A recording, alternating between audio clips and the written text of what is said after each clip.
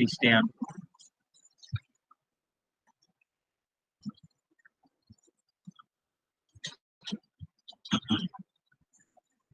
Right now, I am sharing the screen already.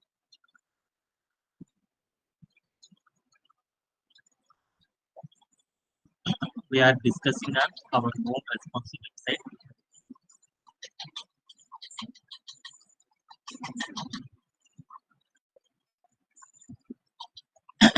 మన యొక్క topic అనేది ఒకసారి సమ్మరైజ్ చేసుకుందాం. ఎందుకంటే మనం రెస్పాన్సివ్ వెబ్సైట్ ని కంప్లీట్ చేసుకోవడం అనేది అయిపోతుంది. ఇంకా 2 or 3 సెషన్స్ కనుక నేను కంప్లీట్ చేస్తే రెస్పాన్సివ్ వెబ్సైట్ అనేది బిల్డ్ చేయడం అనేది కంప్లీట్ అయిపోతుంది అనమాట. ఒక్కసారి మన యొక్క రెస్పాన్సివ్ వెబ్సైట్ మనం బిల్డ్ చేసే రెస్పాన్సివ్ వెబ్సైట్ ని ఒక్కసారి చెక్ చేద్దాం.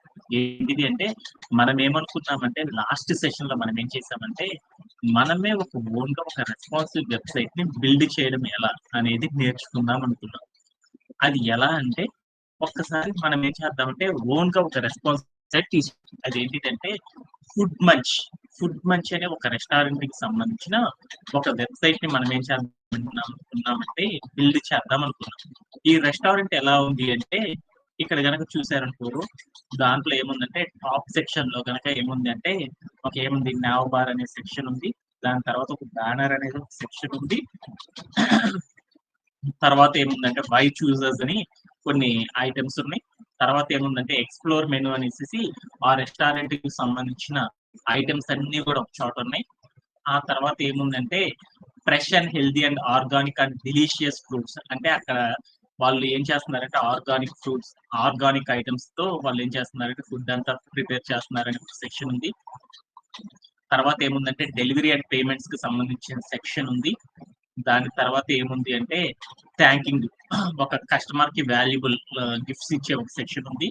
తర్వాత ఫాలోవర్స్ అనే ఒక సెక్షన్ బిల్డ్ చేయాలి. తర్వాత చివరిలో ఏముందంటే ఫూటర్ సెక్షన్ అనేది బిల్డ్ చేయాలి.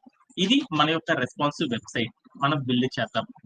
వీటన్నిటిని ఒకేసారి చేయడం అంటే చాలా కష్టంగా ఉంటుంది కాబట్టి మనం ఏం చేసామంటే 1 by 1 ఒక్కొక్క భాగాన్ని తీసుకొని మనం ఏం చేసేసామంటే ఇలా ఒక భాగాన్ని తీసుకొని డెవలప్ చేస్తా ఇలా బై చూజర్స్ సెక్షన్ ని కంప్లీట్ చేసేసాము. ఎక్స్ప్లోర్ మెనూ అనే సెక్షన్ ని కంప్లీట్ చేసాము. హెల్దీ ఫుడ్ సెక్షన్ ని కంప్లీట్ చేసేసాము. ఈ రోజు సెషన్ లో మనం ఏం చేద్దామంటే డెలివరీ అండ్ పేమెంట్ అనే సెక్షన్ ఒక దాన్ని బిల్డ్ చేద్దాము.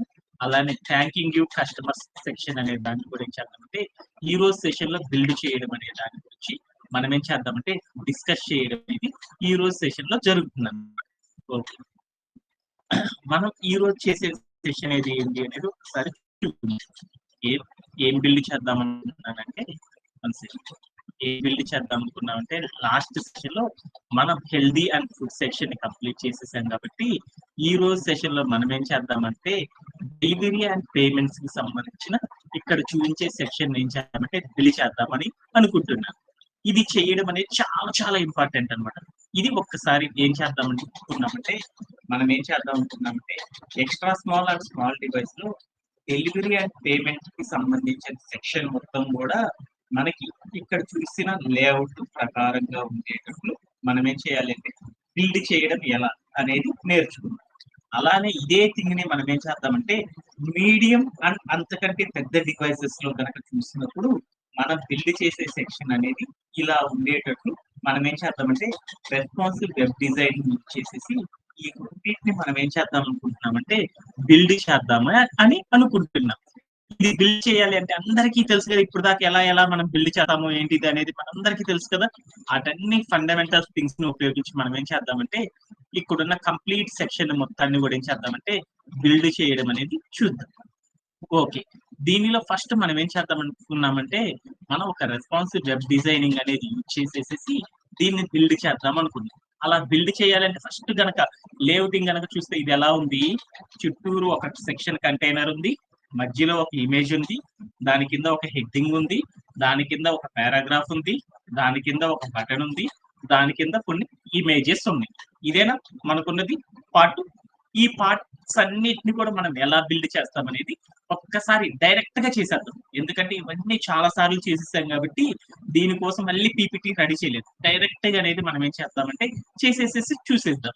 ఇది బిల్డ్ చేయాలంటే ఫస్ట్ మనం ఏం చేయాలి, ఇక్కడ లేఅవుట్ లో ఫస్ట్ ఏం చేయాలి, ఒక చుట్టూరు ఉన్న అవుట్ లైన్ లో ఒక బాక్స్ అనేది క్రియేట్ చేయాలి. అంటే మనం ఏం చేయాలి, ఒక కంటైనర్ ని క్రియేట్ చేయాలి. ఆ కంటైనర్ లోపల ఇమేజ్ పెట్టాలి, తర్వాత హెడ్డింగ్ పెట్టాలి, తర్వాత పారాగ్రాఫ్ పెట్టాలి, తర్వాత బటన్ పెట్టాలి, తర్వాత కార్డ్స్ పెట్టాలి.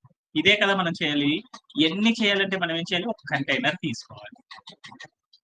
కంటైనర్ తీసుకున్నాను, మన యొక్క కోడ్ ప్లే గ్రౌండ్కి వెళ్తున్నాను.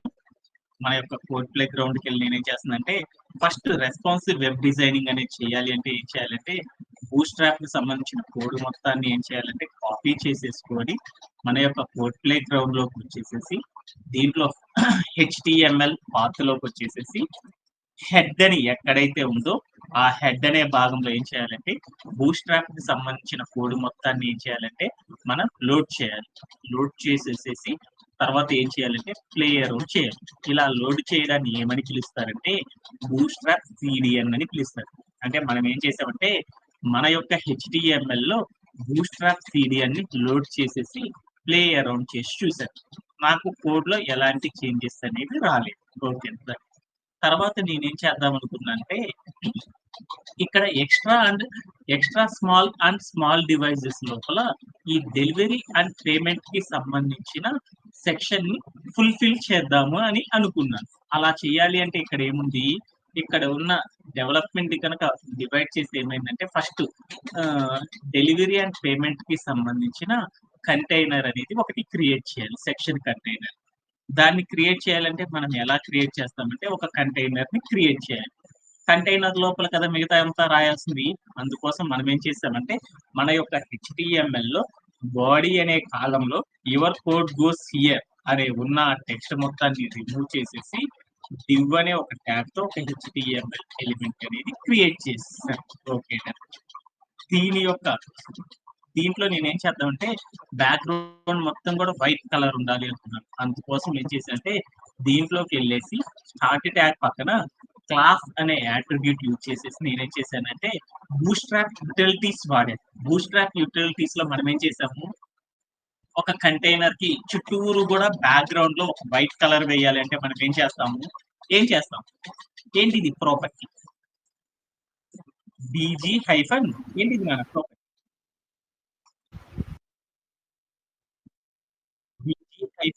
వైట్ అని కనిపించేసాం. ఏమైందంటే బ్యాక్గ్రౌండ్ మొత్తం కూడా ఏమైందంటే వైట్ కలర్ అనేది వచ్చేస్తుంది. ఇదంతా మనకి తెలుసు కాబట్టి BG-వైట్ అనే ప్రాపర్టీని అప్లై చేస్తాను. ఓకే అండి, థ్యాంక్ యూ. దీని తర్వాత నేను ఏం చేశానంటే ఈ కంటైనర్ లోపల ఇమేజ్ ని, తర్వాత హెడ్డింగ్ ని, తర్వాత డిస్క్రిప్షన్ ని, తర్వాత బటన్ ఇవన్నీ పెట్టాలి అనుకున్నాను. ఇలా మనం అరేంజ్ చేయాలంటే ఎన్ని మెథడ్స్ లో అరేంజ్ చేస్తామని చెప్పాను. ఏదైనా ఒక వెబ్సైట్ ని బిల్డ్ చేయాలంటే మనం ఏం చేస్తామని చెప్పాను, స్టాటిక్ అనే వెబ్సైట్ బిల్డ్ చేయొచ్చు, మనం రెస్పాన్సివ్ వెబ్సైట్ బిల్డ్ చేయొచ్చు, అండ్ డైనమిక్ వెబ్సైట్ కూడా బిల్డ్ చేయొచ్చు. దాంట్లో మనం ఏం చేస్తున్నాము, స్టాటిక్ అంటే ఫిక్స్డ్ గా ఉండే వెబ్సైట్, మనం నార్మల్ గా చేసే వెబ్సైట్ ని స్టాటిక్ వెబ్సైట్స్ అని పిలుస్తారు. ఇప్పుడు మన యొక్క రిక్వైర్మెంట్ ఏంటి, మన యొక్క డివైజెస్ యొక్క విడ్త్ ని బేస్ చేసుకొని మనం ఏం చేస్తున్నామంటే మన వెబ్సైట్ అందంగా యూజర్ కి కనపడాలి అనుకున్నాం. అలా యూజర్ కి అందంగా కనపడాలి అంటే మనం దేన్ని యూజ్ చేయాలి, రెస్పాన్సివ్ వెబ్సైట్ అనేది యూజ్ చేయాలి. రెస్పాన్సివ్ వెబ్ డిజైనింగ్ అనేది చేయాలంటే మనం దేన్ని వాడాలి, CSS గ్రిడ్ సిస్టాన్ని వాడాలి. CSS గ్రిడ్ సిస్టాన్ని వాడి మనం ఏం చేస్తాము, రెస్పాన్సివ్ లేఅవుటింగ్ అనేది బిల్డ్ చేస్తాం.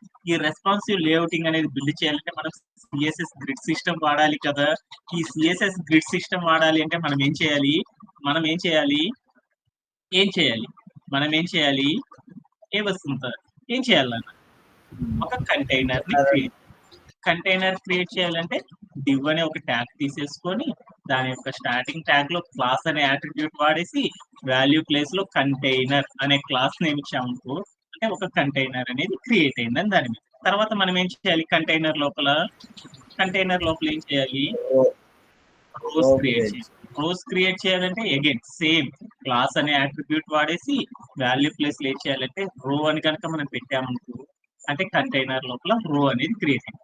రో లోపల మనం ఏం క్రియేట్ చేయాలి, కాలం క్రియేట్ చేయాలన్నా div అనే ట్యాగ్ తో మనం HTML ఎలిమెంట్ క్రియేట్ చేసేసి క్లాస్ అనే అట్రిబ్యూట్ వాడేసేసి కాలం అనేది క్రియేట్ చేయాలంటే కాల్ హైఫన్ అని పెట్టేస్తారు. దీంతో కాలం అనేది క్రియేట్ అయింది.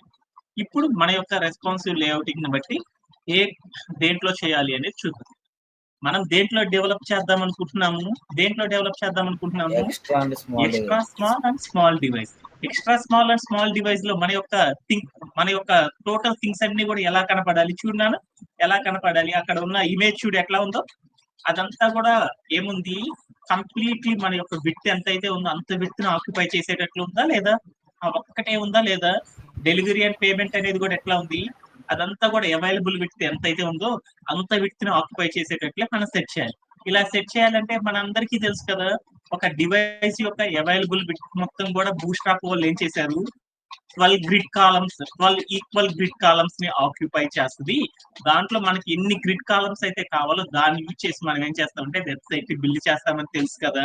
అందుకని నేనేం చేద్దాం అనుకుంటున్నా అంటే, ఫస్ట్ నేను ఒక ఇమేజ్ లోగో పెడదాం అనుకున్నాను. ఈ లోగో పెట్టాలి అంటే ఎన్ని గ్రిడ్ కాలమ్స్ కావాలి, వస్తుంటాయి ఎన్ని గ్రిడ్ కాలమ్స్ కావాలి, ఎన్ని గ్రిడ్ కాలమ్స్ కావాలి, 12 గ్రిడ్ కాలమ్స్ ఆక్యుపై చేయాలి. కాబట్టి నేనేం చేశాను అంటే, ఈ కాల్ హైఫన్ కార్డ్ నేనేం చేశాను అంటే 12 అని పెట్టేశాను. అప్పుడు ఏమైందంటే ఇదంతా కూడా ఏమైందంటే 12 గ్రిడ్ కాలమ్స్ ని ఆక్యుపై చేసేసేసింది. ఇట్లా చేయడంలో ఎవరికైనా సరే డౌట్ ఉందా? ఎనీబడి హ్యావ్ ఇక్కడ దాకా?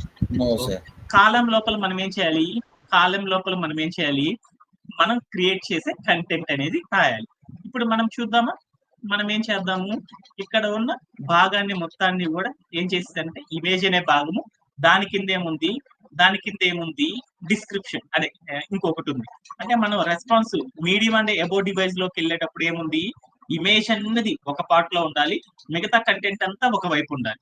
ఇలా ఉండాలి అంటే మనం ఏం చేద్దాము, ఇమేజ్ ఒక్కదాన్ని మనం ఏం చేద్దాము, ఒక కంటైనర్ లో పెడదాం.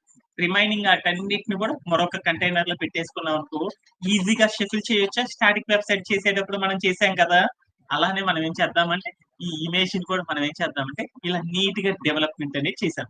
ఎలా అంటే ఒక్కసారి చూస్తున్నాం, ఇమేజ్ అనేది పెట్టాలి అంటే ఆ ఇమేజ్ నేను ఏం చేశానంటే, మీ ఇష్టం, ఇమేజ్ ఏం చేశానంటే డివ్ అనే ఒక కంటైనర్ తీసుకొని ఆ కంటైనర్ లోపల నేనేం చేస్తున్నా అంటే ఒక ఇమేజ్ ని పెడుతున్నాను. ఇమేజ్ పెట్టాలంటే మనకి సింటాక్స్ తెలుసు కదా, ఐఎంజి అనే ట్యాగ్ ఇచ్చేసేసి ఎస్ఆర్సి అనే ఒక యాట్రిబ్యూట్ ఇచ్చేసేసి ఆ యాట్రిబ్యూట్ యొక్క వాల్యూ లోపల నేనేం చేస్తానంటే, ఈ ఇమేజ్ పెట్టాలంటే ఇమేజ్ కి సంబంధించిన యూఆర్ఎల్ కావాలి కదా, ఆ యూఆర్ఎల్ ఎక్కడ ఉందంటే ఇక్కడ ఉందన్నమాట. ఆల్రెడీ ఇవన్నీ కూడా మీకోసం ఏం చేశానంటే నేనేం చేశానంటే రెడీ చేస్తాను.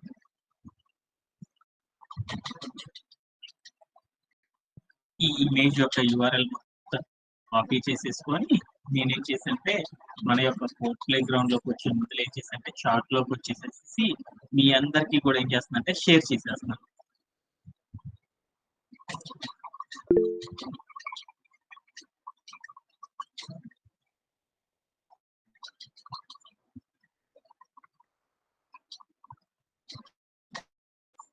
షేర్ చేసి ప్లే గ్రౌండ్ లో నేనేం చేశానంటే ఇక్కడికి వచ్చేసి నేను యూఆర్ఎల్ ఇచ్చేసేసి తర్వాత నేను ఏం చేశానంటే ఒక ఇమేజ్ పెట్టడం అనేది ఒక వాయిడ్ ఎలిమెంట్ కాబట్టి ఏం చేసాము, ఏం చేసాము యాగ్లర్ ప్రైస్ తో క్లోజ్ చేస్తాను. ఎందుకు వాయిడ్ ఎలిమెంట్ అంటే దీంట్లో కనుక చూస్తే చూడు ఏముందో ఐఎంజి అనే ఒకే ఒక ట్యాగ్ ఉంది. అంటే ఏదైనా ఒక HTML లో ఒకే ఒక ట్యాగ్ ని కనుక యూజ్ చేసామనుకో దానిని ఏమంటారంటే వాయిడ్ ఎలిమెంట్ అని పిలుస్తారు. ఓకేనా. ఒక ఇమేజ్ అనేది ఇచ్చేసిన తర్వాత నేనేం చేశానంటే కోడ్ ని ప్లే అరౌండ్ చేసి చూసాను. ఆ ఇమేజ్ అనేది ఎలా ఉందంటే నీట్ గా వచ్చేసేసింది. నేను దేంట్లో సెట్ చేద్దాం అనుకున్నాను, extra small and small device లో నాకు ఏం కావాలి, ఈ ఇమేజ్ మొత్తం కూడా ఏం కావాలి, కంప్లీట్లీ 12 గ్రిడ్ కాలమ్స్ లో ఉండేటట్లు కనపడాలి. కానీ నాకు అసలు ఇక్కడ ఇమేజ్ అనేది కనపడుతుంది. స్మాల్ డివైస్ లోకి వెళ్ళి చూసాను, ఆ ఇమేజ్ అనేది క్లియర్ గా కనపడుతుందా లేదా? లేదు కదా. లేదు కాబట్టి దాన్ని మనం ఏం చేయాలి, సైజింగ్ అనేది చేయాలి. సైజింగ్ అనేది మనం చేయాలి అంటే ఎలా సైజింగ్ చేస్తాము, సైజింగ్ అనేది చేయాలంటే ఏం చేస్తాము, సిఎస్ఎస్ లోకి వెళ్ళి మనం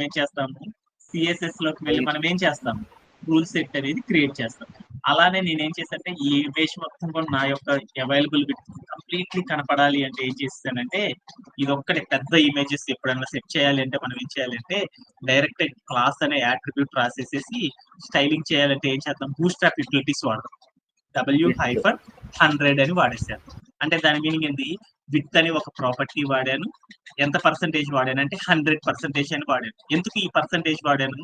ఏదైనా మనం మెయిన్ హెడ్డింగ్‌లు గాని, పెద్ద పెద్ద ఇమేజెస్ గాని పెట్టాలి అంటే మన యొక్క అవైలబుల్ విడ్త్ ఎంతైతే ఉందో దాంట్లో గనక సెట్ అవ్వాలి అంటే ఫిట్‌గా మనం ఏం చేస్తున్నాం, పిక్సెల్స్, వ్యూ పోర్ట్స్ అనే దాన్ని యూజ్ చేస్తున్నాం. ఈ పిక్సెల్ వాడామనుకో చిన్న డివైస్ లో ఒకలా ఫుల్ అవుతుంది, పెద్ద డివైస్ లోకి వచ్చేదానికి అది ఏమవుతుందంటే తగ్గిపోతా ఉంటుంది. అందుకోసం మనం ఏం చేస్తామంటే అన్ని డివైసెస్ లో కూడా ఒకేలా మన యొక్క ఇమేజ్ అనేది కనపడాలి అంటే మనం ఏం చేస్తామంటే పర్సంటేజ్ అనే దాన్ని యూజ్ చేసేసి మనం ఏం చేస్తాం, స్టైలింగ్ అనేది చేస్తాం. ఇలా పర్సంటేజ్ అనేది చేయాలి అంటే నేను ఏం చేశానంటే విడ్త్ అనే ఒక ప్రాపర్టీ ఇచ్చి వాల్యూ ప్లేస్ లో 100% అని ఇచ్చాను. అప్పుడు ఏమైంది అనేది ఒకసారి ప్లే అరౌండ్ చేసి చూడు. అప్పుడు ఏమైందో చూడు, మన యొక్క ఇమేజ్ అనేది ఏమైందో చూడు, స్మాల్ డివైస్ లోకి వచ్చేసరికి విడ్త్ లోకి వచ్చి సెట్ అయిపోయిందా. అలానే ఇక్కడ కూడా చూడు, ఎక్స్ట్రా స్మాల్ డివైస్ లోకి వచ్చి చూసినా చూడు ఏమైందా, ఎగ్జాక్ట్లీ మన యొక్క స్క్రీన్ విజిబిలిటీ ఎంత అయితే ఉందో దాంట్లో కరెక్ట్ సెట్ అయిపోయింది. అలానే మీడియం డివైస్ ఏదైనా చూసుకో, ఏ డివైస్ లో అయినా సరే ఏమైంది, నీట్ గా సెట్ అయిపోయింది. ఈ పర్సంటేజ్ అనే టాపిక్ గురించి ఆల్రెడీ మీ అందరితో చాలా సార్లు డిస్కస్ చేశాను కాబట్టి అన్నిట్లో కూడా చూడు ఏమైందంటే నీట్ గా సెట్ అయిపోయింది. ఓకేనా? ఇలా చేయడంలో ఎవరికైనా సరే డౌట్ ఉంది. సో ఫస్ట్ మనం ఏం చేసామంటే మన యొక్క ఎక్స్ట్రా స్మాల్ డివైస్ లో ఫస్ట్ ఒక ఇమేజ్ ని సెట్ చేయడం అనేది కంప్లీట్ చేసేసాం. ఇలా చేయడంలో ఎవరికి డౌట్ లేదు కదా నాన్న? Okay, next part of development లోకి వెళ్తున్నాం. Okay, thank you very much. Next ఏంటి, డెలివరీ అండ్ పేమెంట్ అనే హెడ్డింగ్ అనేది క్రియేట్ చేయాలి. ఫస్ట్ మనం ఏం చేసేసాము, ఇదంతా కూడా 12 గ్రిడ్ కాలమ్స్ అయిపోయింది కాబట్టి నెక్స్ట్ దాంట్లోకి వెళ్తున్నామంటే మనం ఏం చేయాలి, నెక్స్ట్ ఏదైనా డెవలప్ చేయాలంటే మళ్ళీ ఏం చేయాలి, మనము మళ్ళీ కూడా ఏం చేయాలి, కాలం అనేది క్రియేట్ చేసుకోవాలి. ఆ కాలం క్రియేట్ చేయాలంటే ఏం చేశాను, ఒక యాంగులర్ బ్రేస్ ఇచ్చేసి div అనే ట్యాగ్ తో నేను ఏం చేశానంటే ఒక HTML ఎలిమెంట్ క్రియేట్ చేశాను. దాంట్లోకి వెళ్ళేసేసి నేనేం చేశానంటే క్లాస్ అనే అట్రిబ్యూట్ రాసేసి క్లాస్ నేమ్ ప్లేస్ లో కాల్ హైఫన్ అని పెట్టేసాను అనుకో, కాలం అనేది క్రియేట్ అయిపోయింది. మనం ఏం చేద్దాం, హెడ్డింగ్ అనేది కూడా ఎన్ని కాలమ్స్ ఉండాలి అంటే 12 గ్రిడ్ కాలమ్స్ ఉండాలి అని చెప్పేసాను. చెప్పేసేసి నేను ప్లే అరౌండ్ చేసి చూసాను ఎలాంటి చేంజెస్ అనేవి కనపడుతుంది. ఇప్పుడు నేనేం చేద్దాం అనుకుంటున్నానంటే ఇక్కడ ఉన్న డెలివరీ పేమెంట్, ఈ డిస్క్రిప్షన్, ఈ బటన్, ఈ మొత్తాన్ని కూడా ఏం చేద్దామంటే డెవలప్ చేయడం ఎలా అనేది మీ అందరికి తెలుసు కదా. H1 అనే ట్యాగ్ తీసేసుకొని డెలివరీ అండ్ పేమెంట్ తీసేసుకొని P అనే ట్యాగ్ తో కింద ఉన్న పారాగ్రాఫ్ మొత్తం, బటన్ అనే ట్యాగ్ తో ఆర్డర్ నౌ అనే బటన్ ని ఎలా క్రియేట్ చేయాలో మీ అందరికి తెలుసు కదా. తెలుసా తెలీదా? తెలుసు కాబట్టి వాటన్నిటిని కూడా ఏం చేస్తుందంటే ఇక్కడ ఉన్న టెక్స్ట్ మొత్తం కూడా నేను ఏం చేశాను అంటే ఫాస్ట్ గా కంప్లీట్ చేసేద్దాం అనేసి ఇక్కడ రాసేసుకున్నాను, కాపీ చేసేసుకున్నాను. మీకు కూడా ఏం చేస్తున్నా అంటే చార్ట్ లోకి తీసుకొచ్చి పేస్ట్ చేసేస్తున్నాను.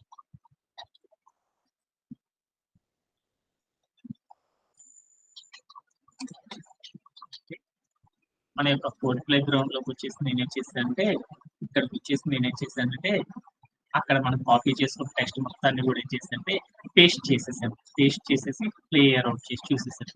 ఈ హెడ్డింగ్, డెలివరీ అండ్ పేమెంట్స్, దాని కింద ఉన్న డిస్క్రిప్షన్, ఆర్డర్ నౌ అనే బటన్ అనేది వచ్చేస్తుంది.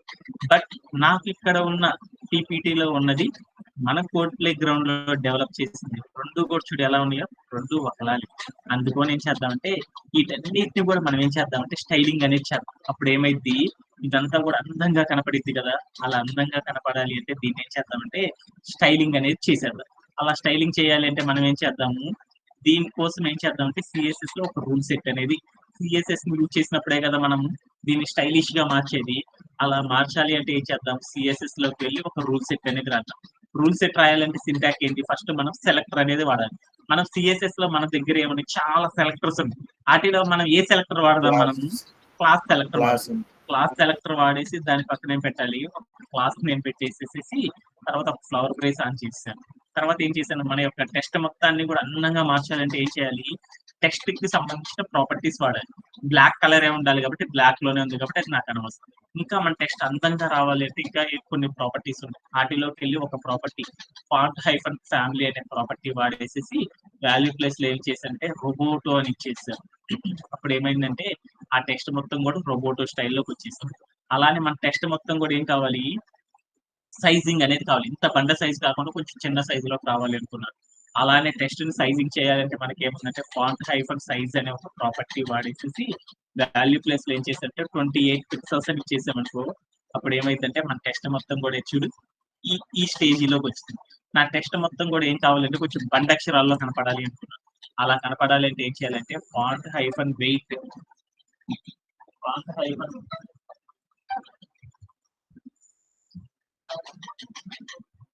ఫాంట్ హైఫన్ వెయిట్ అనే ఒక ప్రాపర్టీ వాడేసేసి వాల్యూ ప్లేస్ లో మనం ఏం చేద్దామంటే బోల్డ్ అని ఇద్దాం. బోల్డ్ అని ఇచ్చామనుకో అప్పుడు ఏమైంది అనేది చూద్దాం. మన టెక్స్ట్ మొత్తం కూడా ఏమైందంటే బండగా వచ్చేసేసింది. ఇలా చేయడంలో ఎవరికైనా సరే డౌట్ ఉందా? Anybody? No doubt sir. Okay. ఇప్పుడు మనం ఏం చేద్దాం అనుకున్నాం అంటే ఇక్కడ ఉన్న పారాగ్రాఫ్ ఉంది చూడు, ఇక్కడ ఉన్న పారాగ్రాఫ్ ను కూడా ఏం చేద్దామంటే అందంగా మారుద్దాం అనుకున్నాం.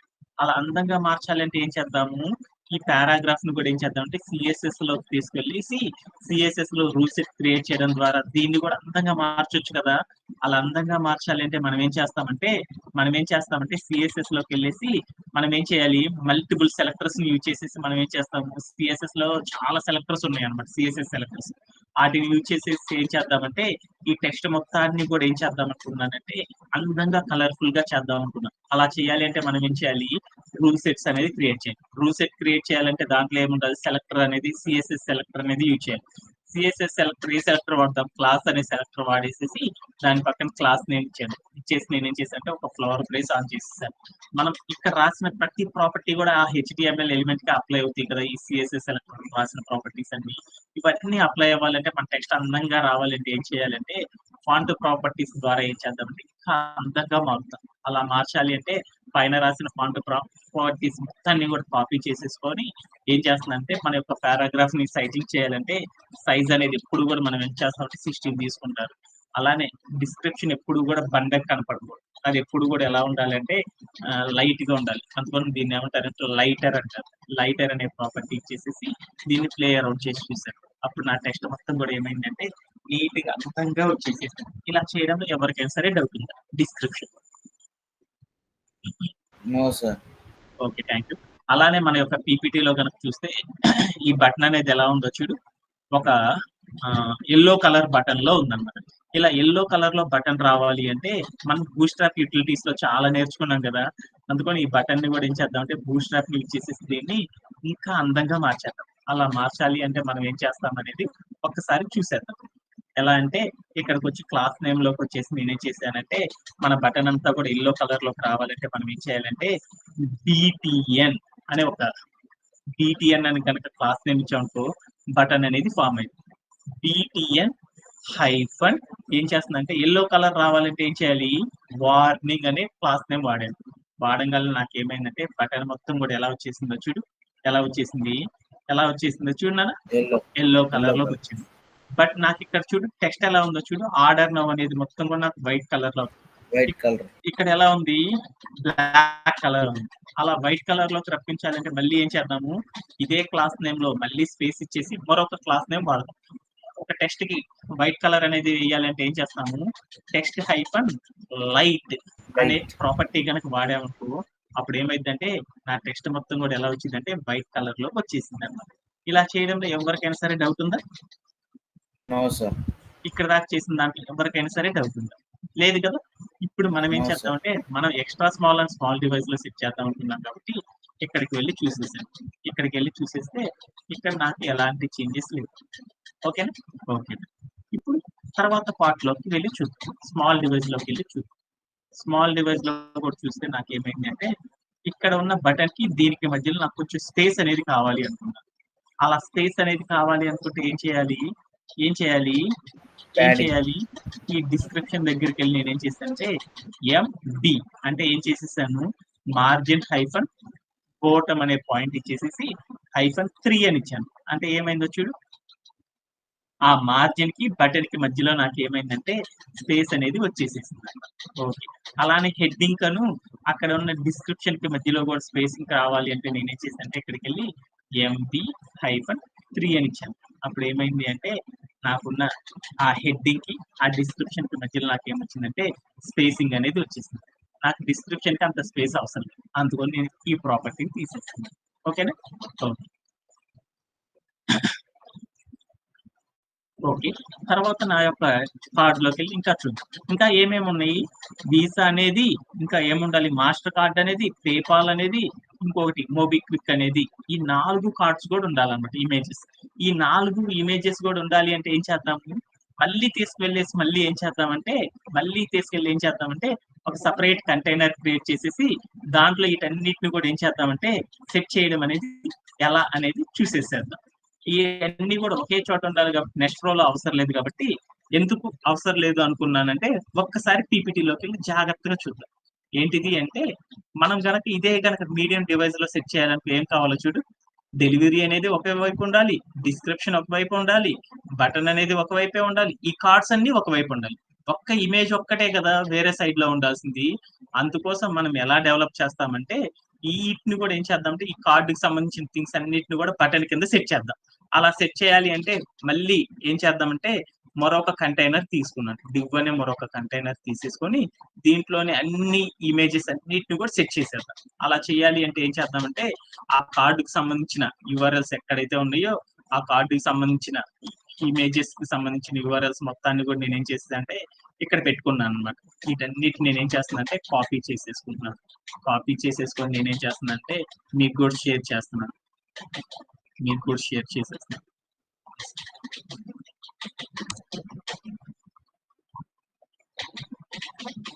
మన యొక్క కోడ్ ప్లే గ్రౌండ్‌లోకి వచ్చేసేసి నేనేం చేస్తున్నానంటే, ఈ కంటైనర్ పక్కన నేనేం చేసేసానంటే, నాకు కావాల్సిన యూఆర్ఎల్స్ అన్నిటిని కూడా ఇచ్చేసేసేసి నేనేం చేశానంటే, ప్లే అరౌండ్ చేసి చూసాను. ఈ యూఆర్ఎల్స్ మొత్తాన్ని ఇచ్చేసేసి ప్లే అరౌండ్ చేసి చూసేసాను. అన్నీ కూడా నాకేమైనాయంటే, అన్ని ఇమేజెస్ అన్నీ కూడా వచ్చేసేసాయి. బట్ నాకేమున్నాయి అంటే, ఇవన్నీ కూడా ఎలా ఉండాలి? ప్రాపర్‌గా ఉండాలి. అవన్నీ ఎలా ఉన్నాయి? ఇంప్రాపర్‌గా ఉన్నాయి. ఆటన్నిటిని సెట్ చేయాలంటే ఒక్కొక్క కార్డ్‌ని సెట్ చేయడం అనేది చేశాను. ఇలా చేయడంలో ఎవరికైనా సరే డౌట్ ఉందా? ఇమేజ్ పెట్టాలి అంటే మీకు తెలుసు కదా!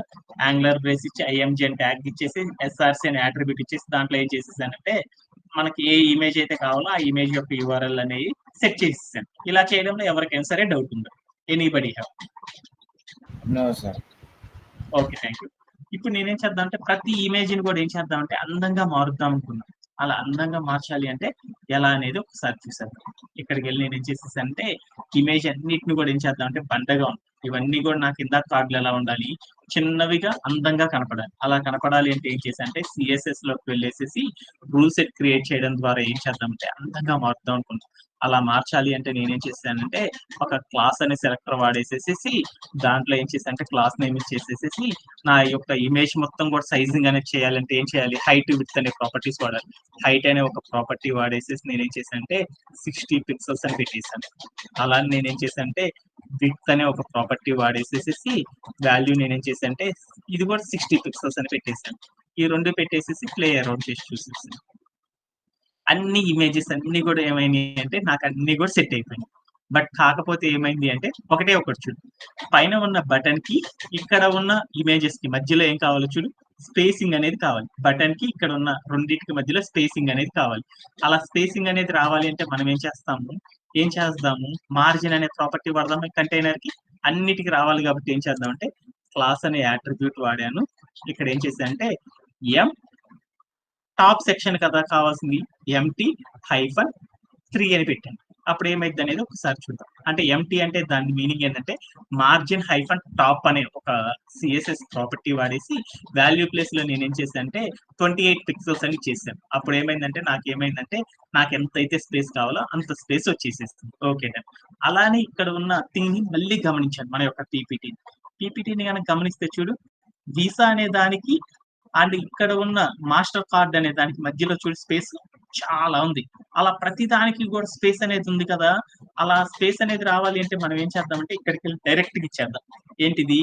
మార్జిన్ 2 పక్కన ఏం కావాలి? మార్జిన్ హైఫన్ వీసాకి మాస్టర్ కార్డ్ పక్కన కావాలి. అంటే పక్కన స్పేస్ రావాలంటే ఏం చేద్దాం? మార్జిన్ హైఫన్ రైట్ అనే ఒక ప్రాపర్టీ వాడేసేసి వాల్యూ ప్లేస్ లో ఏం చేద్దాం అంటే 28 పిక్సెల్స్ అని చూసేసాను. ఇచ్చేసి ప్లే అరౌండ్ చేసి చూద్దాం. అప్పుడు ఏమైందో చూడు. ప్రతి కార్డ్ కి మధ్యలో కూడా మనకి ఏమైందంటే ఇలా స్పేసింగ్ అనేది వచ్చేసేసింది. ఇలా చేయడంలో ఎవరికైనా సరే డౌట్ ఉందా? No sir. ఇలా సెట్ చేయడంలో ఎవరికైనా సరే డౌట్ లేదు కదా? Thank you very much. And ఇప్పుడు మనం ఏం చేసేసామంటే మనం చేసిన టీపీటీ మొత్తం కూడా ఒకసారి గమనిద్దాం. ఎక్స్ట్రా స్మాల్ అనే డివైస్ లోకి వెళ్ళి చూసేసాం. ఎక్స్ట్రా స్మాల్ అనే డివైస్ లోకి వెళ్ళి చూస్తే నాకు అన్ని థింగ్స్ కూడా నీట్ గా ఒకదాని తర్వాత ఒకటి నీట్ గా వచ్చేసేసినాయి అనమాట మన యొక్క అవైలబుల్ ఇన్ఫర్మేషన్స్. తర్వాత నేనేం చేశానంటే ఇదే థింగ్ నేనేం చేశానంటే స్మాల్ అనే డివైస్ లోకి వెళ్ళి చూసాను. స్మాల్ అనే డివైస్ లోకి వెళ్ళి చూస్తే నాకు ఏమైంది అంటే నీట్ గా ఏమైందంటే ఇమేజ్ వచ్చేసింది, దాని కింద డిస్క్రిప్షన్ వచ్చేసింది, దాని కింద మరొకటి అన్ని కూడా ఏమైంది అంటే నీట్ గా అందంగా వచ్చేసేసింది. ఓకేనా? ఇలా నేనేం చేశానంటే నా దగ్గర ఉన్న కార్డ్ ఏం చేశానంటే extra small and small device లో సెట్ చేయడం అనేది జరిగింది. ఇప్పుడు మనం ఏం చేద్దామంటే ఇదే వెబ్సైట్ దీనిని ఏం చేశానంటే మీడియం అండ్ అంతకంటే ఎబో డివైసెస్ లో ఈ డెలివరీ అండ్ పేమెంట్స్ కి సంబంధించిన సెక్షన్ మొత్తం కూడా నాకు ఎలా ఉండాలంటే ఇలా కనపడాలి. ఇలా కనపడాలి అంటే ఏం చేయాలి అనేది ఒకసారి చూసేద్దాం. ఇలా కనపడాలి అంటే మనం ఏం చేద్దాం మన దగ్గర ఉన్న 2 థింగ్స్ ఉన్నాయి అనమాట. ఒకటి ఏంటిది, ఇమేజ్ అనేది ఒకటి, ఇమేజ్ కాన్ సెక్షన్ అనేది ఒక వైపు ఉంది. ఆ రెండింటిని కూడా ఇలా సెట్ చేయాలంటే ఎలా సెట్ చేస్తాం అనేది ఒకసారి చూసేద్దాం. అలా సెట్ చేయాలంటే ఏం చేస్తామంటే మనందరికీ తెలుసు కదా ఏం చేయాలి అనేది. ఏం చేస్తాం నాన్న? ఏం చేస్తాం? మీ అందరికీ తెలుసు కదా ఏం చేయాలి. నేను small and extra small devices లో నేనేం చేసేసానంటే నాకు కావాల్సిన థింగ్ మొత్తాన్ని కూడా సెట్ చేసేసాను. అలానే మీడియం అంతకంటే ఎక్కువ డివైసెస్ లో కూడా సెట్ చేయాలి అంటే మనం ఏం చేయాలి దాన్ని యూజ్ చేయడం ద్వారా ఏం చేస్తామంటే మల్టిపుల్ లేఅవుటింగ్ అనేది చేయగలం అనమాట. అలా మల్టిపుల్ లేఅవుటింగ్ అనేది మీడియం అంతకంటే ఎక్కువ డివైస్ లో మనం సెట్ చేయాలంటే మనం ఏం చేయాలి అంటే మనం రాసుకున్న ఏదైతే కాలం ఉందో ఆ కాలం లోపల మనం ఏం చేయాలంటే కాల్ హైఫన్ మనం ఏం చేయాలంటే ఏ డివైస్ లో అయితే సెట్ చేద్దాం అనుకుంటున్నామో ఆ డివైస్ యొక్క క్లాస్ నేమ్ ప్రిఫిక్స్ వాడాలి. మీడియం డివైస్ లో సెట్ చేయాలి కాబట్టి కాల్ హైఫన్ మీడియం హైఫన్ అని పెట్టేశాను. అంటే దీని మీనింగ్ ఏంటంటే మీడియం డివైస్ లో కానీ అంతకంటే ఎక్కువ డివైస్ లో కానీ ఇలా సెట్ చేస్తుందని చెప్తున్నాను అనమాట. ఫస్ట్ ఇదేంటి ఇమేజ్ అనేది కావాలి కాబట్టి ఇమేజ్ అనేది ఎంత ఇస్తుందంటే మొత్తం ఉంది 2 థింగ్స్ కాబట్టి ఒక దాన్ని 5 ఇస్తున్నాను, రెండో దానికి ఏం చేస్తుందంటే 7 అని చూద్దాం. గ్రిడ్ కలర్స్ ఇది 5 ఇచ్చేసాను, కాపీ చేసేసుకున్నాను. రెండో దాంట్లోకి వచ్చి నేనేం చేద్దాం అనుకున్నా అంటే క్లాస్ నేమ్ కాపీ చేసుకొని దీన్ని ఏం చేసి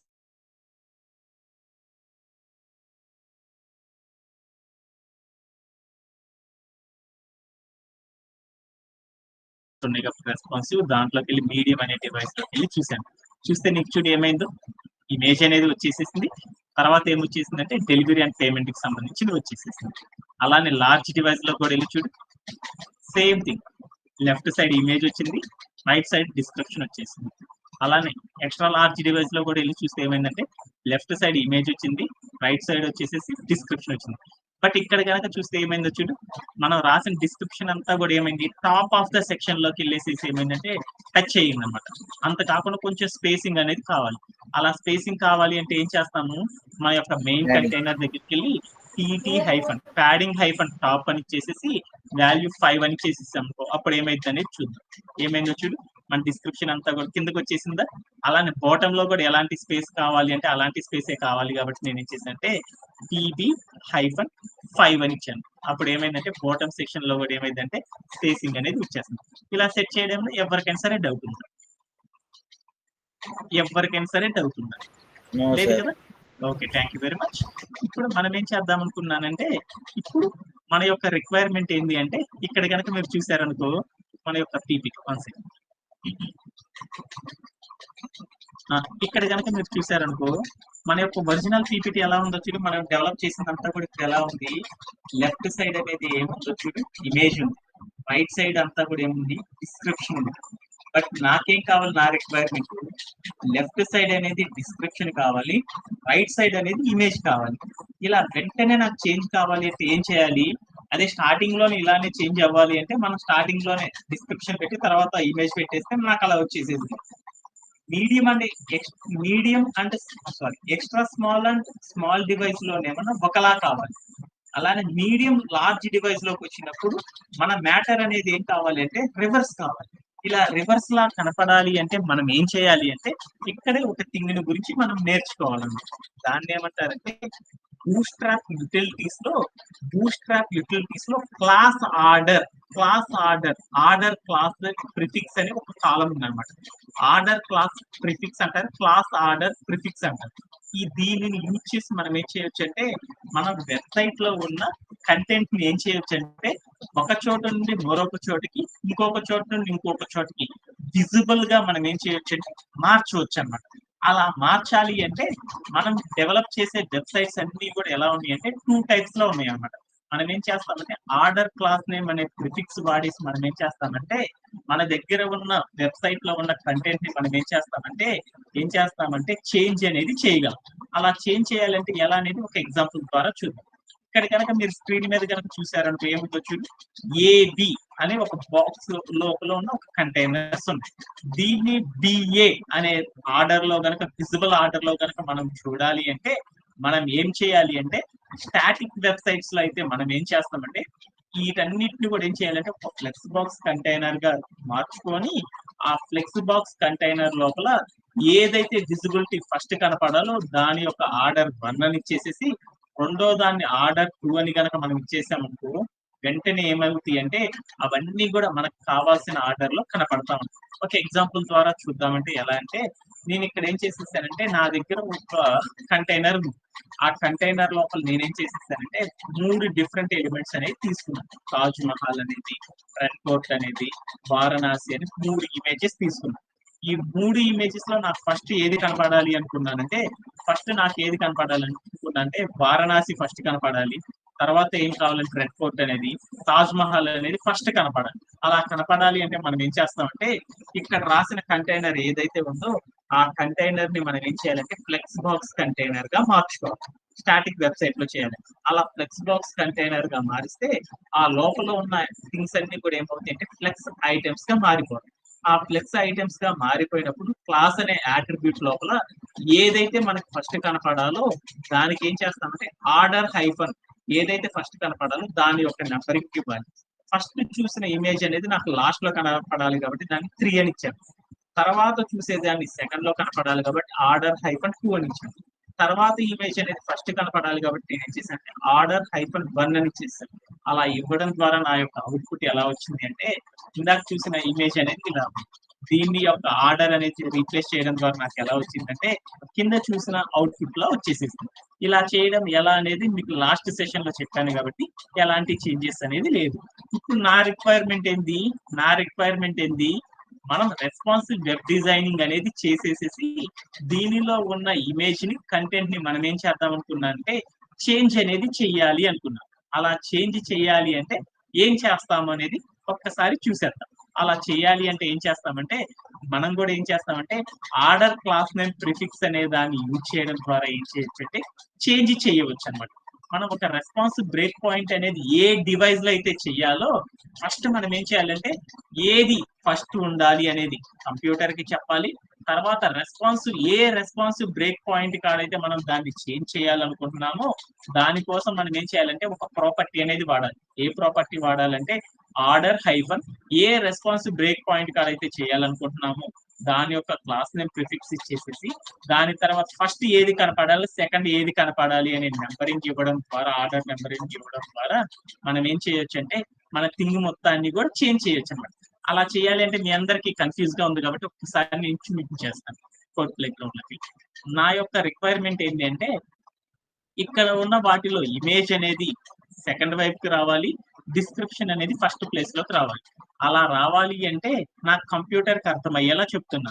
ఇక్కడ ఉన్న దాంట్లో ఏం చేశానంటే ఆర్డర్ హైఫన్ 1 అంటే ఇది ఫస్ట్ ది సంబంధించిన కంటెంట్ అని కంప్యూటర్ కి చెప్పాను.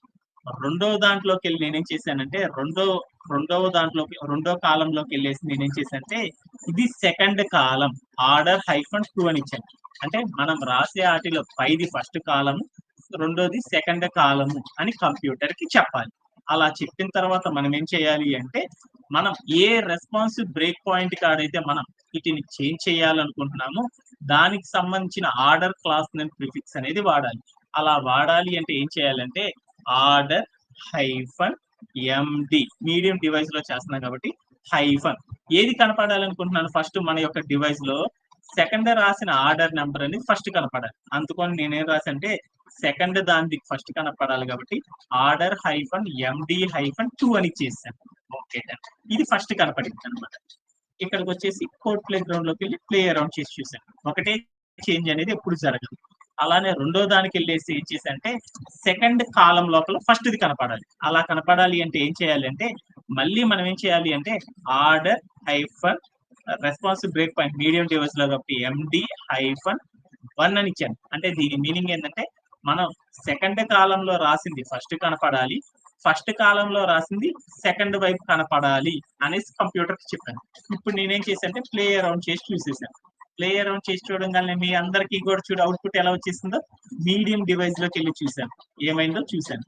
మీడియం డివైస్ లోకి వెళ్ళి చూస్తే నాకు ఏమైంది అంటే నా రాసిన కంటెంట్ మొత్తం కూడా ఏమైందంటే ఫస్ట్ నాకు ఏమైంది అంటే డెలివరీ అండ్ పేమెంట్ కి సంబంధించింది వచ్చింది. తర్వాత నాకు ఏముంది అంటే 25% కి సంబంధించిన ఇమేజ్ ఉంది. అలానే లార్జ్ డివైస్ లోకి వెళ్ళి చూశాను. లార్జ్ డివైస్ లోకి వెళ్ళి చూస్తే ఏమైంది అంటే సేమ్ లెఫ్ట్ సైడ్ డిస్క్రిప్షన్ ఉంది, రైట్ సైడ్ వేరేది ఉంది. అలానే నేను ఏం చేశాను అంటే ఎక్స్ట్రా లార్జ్ డివైస్ లోకి వెళ్ళి చూశాను. చూస్తే నాకు ఏమైందంటే సేమ్ లెఫ్ట్ సైడ్ అంతా డిస్క్రిప్షన్ ఉంది, రైట్ సైడ్ అంతా కూడా ఏమైంది అంటే ఇమేజ్ ఉంది. అలానే నేను వెళ్ళేసి స్మాల్ డివైస్ లో వెళ్ళి చూశాను. స్మాల్ డివైస్ లో ఏమైనా చేంజ్ అయిందంటే స్మాల్ డివైస్ లో ఫస్ట్ ఏముందో చూడు, ఇమేజ్ ఉంది, తర్వాత ఏముంది డిస్క్రిప్షన్ అనేది ఉంది. ఇలా చేయడంతో అవుట్పుట్ అనేది నాకు కావాల్సిన అవుట్పుట్ అనేది అచీవ్ అయింది. ఇలా చేయడంలో ఎవరికైనా సరే డౌట్ ఉంది. ఎనీబడి అర్థమైందా? ఆర్డర్ క్లాస్ నేమ్ ప్రిఫిక్స్ వాడాలి అంటే మనం చాలా జాగ్రత్తగా వాడాలన్నమాట. మనం చేసేది రెస్పాన్సివ్ వెబ్ డిజైనింగ్ అనేది చేయాలి అనుకుంటే చేస్తామంటే ఫస్ట్ ఏ కాలం అయితే ఉందో దాని ఆర్డర్ 1 అని, రెండో కాలం ఉన్న కంటెంట్ ని ఆర్డర్ 2 అని తీసుకోవాలి. తర్వాత దేనిలో అయితే మనం చేంజ్ చేయాలి అనుకుంటున్నామో రెస్పాన్సివ్ బ్రేక్ పాయింట్ ఏ డివైస్ లో అయితే చేంజ్ చేయాలి అనుకుంటున్నామో అలా చేయాలి అంటే మనకి ఏంటిది అంటే క్లాస్ నేమ్ ప్రిఫిక్స్ వాడాలి. ఏ రెస్పాన్సివ్ బ్రేక్ పాయింట్ కాడ అయితే మార్చాలనుకుంటున్నామో దాని యొక్క క్లాస్ నేమ్ ప్రిఫిక్స్ అనేది వాడాలి. అలా వాడాలి అంటే ఏం చేయాలంటే ఆర్డర్ హైఫన్ ఏ డివైస్ లో అయితే చేంజ్ చేయాలనుకుంటున్నామో ఆ డివైస్ యొక్క responsive break point hyphen first ఏది కనపడాలి, సెకండ్ ఏది కనపడాలి అనే మనం రాసిన ఆర్డర్ నెంబర్ ఆధారంగా వాల్యూ కనుక ఇవ్వడం ద్వారా మనం ఏమవుతుంది అంటే మన డివైస్ లోపల ఏం చేయొచ్చు అంటే మనకు కావాల్సిన చేంజెస్ అన్నిటిని కూడా ఏం చేయొచ్చు అంటే మనం చాలా నీట్ గా చేంజెస్ అనేది చేయగలం. ఇలా చేయడంలో ఎవరికైనా సరే డౌట్ ఉందా? Anybody? No sir, shall we continue. And tomorrow session లో మనం ఏం చేద్దామంటే ఈ రోజు సెషన్ లో మనం ఏం చేసామంటే హెల్దీ ఫుడ్ కి సంబంధించిన సెషన్ ని కంప్లీట్ చేసేసుకున్నాం, డెలివరీ అండ్ పేమెంట్స్ కి సంబంధించిన సెక్షన్ ని కంప్లీట్ చేసేసుకున్నాం. దాంతో పాటు మనం ఏం చేసామంటే బూట్స్ట్రాప్ యూటిలిటీస్ లో మనం వాడే ఆర్డర్ అనే ఒక కంటెంట్ గురించి కూడా మనం ఏం చేసామంటే ఆల్రెడీ మనం డిస్కస్ చేసుకోవడం అనేది జరిగింది. టుమారో చెప్పే సెషన్ అనేది చాలా చాలా ఇంపార్టెంట్ అనమాట. అదేంటిదంటే ట్యాంకింగ్ కస్టమర్ కి సంబంధించిన సెక్షన్ అన్నమాట. ఈ ట్యాంకింగ్ కస్టమర్ కి సంబంధించిన సెక్షన్ మనం డెవలప్ చేయాలంటే మనం ఏం చేస్తామంటే బూట్స్ట్రాప్ యూటిలిటీస్ లో డిస్ప్లే యూటిలిటీ అనే ఒక ప్రాపర్టీస్ యూజ్ చేసేసి దాంట్లో D-, క్లాక్, D-, అనే కంటెంట్స్ ని ఎలా అరేంజ్ చేస్తాము అనేది తెలుసుకోవడం ద్వారా మనం ఏం చేయొచ్చు అంటే ఒక రెస్పాన్సివ్ వెబ్ డిజైనింగ్ అనేది చేసే దానిలో almost half of the content ని మనం నేర్చేసుకోగలం. అందుకని టుమారో సెషన్ ఎవ్వరు కూడా మిస్ అవ్వద్దు. టుమారో సెషన్ అనేది అత్యంత ఇంపార్టెంట్ అన్నమాట. ఓకే, అందరికీ కూడా thank you and have a great day and by by. Thank you sir.